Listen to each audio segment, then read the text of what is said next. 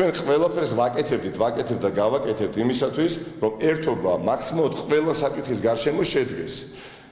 არა უბრალოდ გულშემატკივრები ვართ, არამედ აქტიურად ვართ ჩართულები ამ პროცესში და ბუნებრივია საერთო მაჟორიტარულ ოლქებზეც ჩვენი როლი, რა თქმა უნდა, მნიშვნელოვანი იქნება და ეს როლი იქნება დარწმუნებული, მხოლოდ პოზიტიური. და ამაში დარწმუნდა ყველა, მე მგონი, დღეს მდგომარეობით.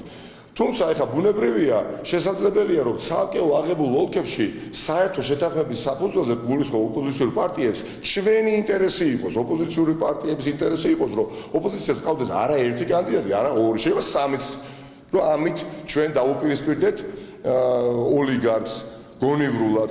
არის ოლქები, სადაც სასახად უნდა იყოს, რა თქმა უნდა, წამოდგენილი საერთო ოპოზიციური კანდიდატი. ერთი სიტყვით, ნაციონალური მოძრაობა გადაწყვეტილებას მიიღეს მხოლოდ და მხოლოდ კონსენსუსის საფუძველზე და კონსენსუსის საფუძველზე არა მხოლოდ ნაციონალური მოძრაობის შიგნით, არამედ სხვა პარტიებთან კონსულტაციების ფაზაში.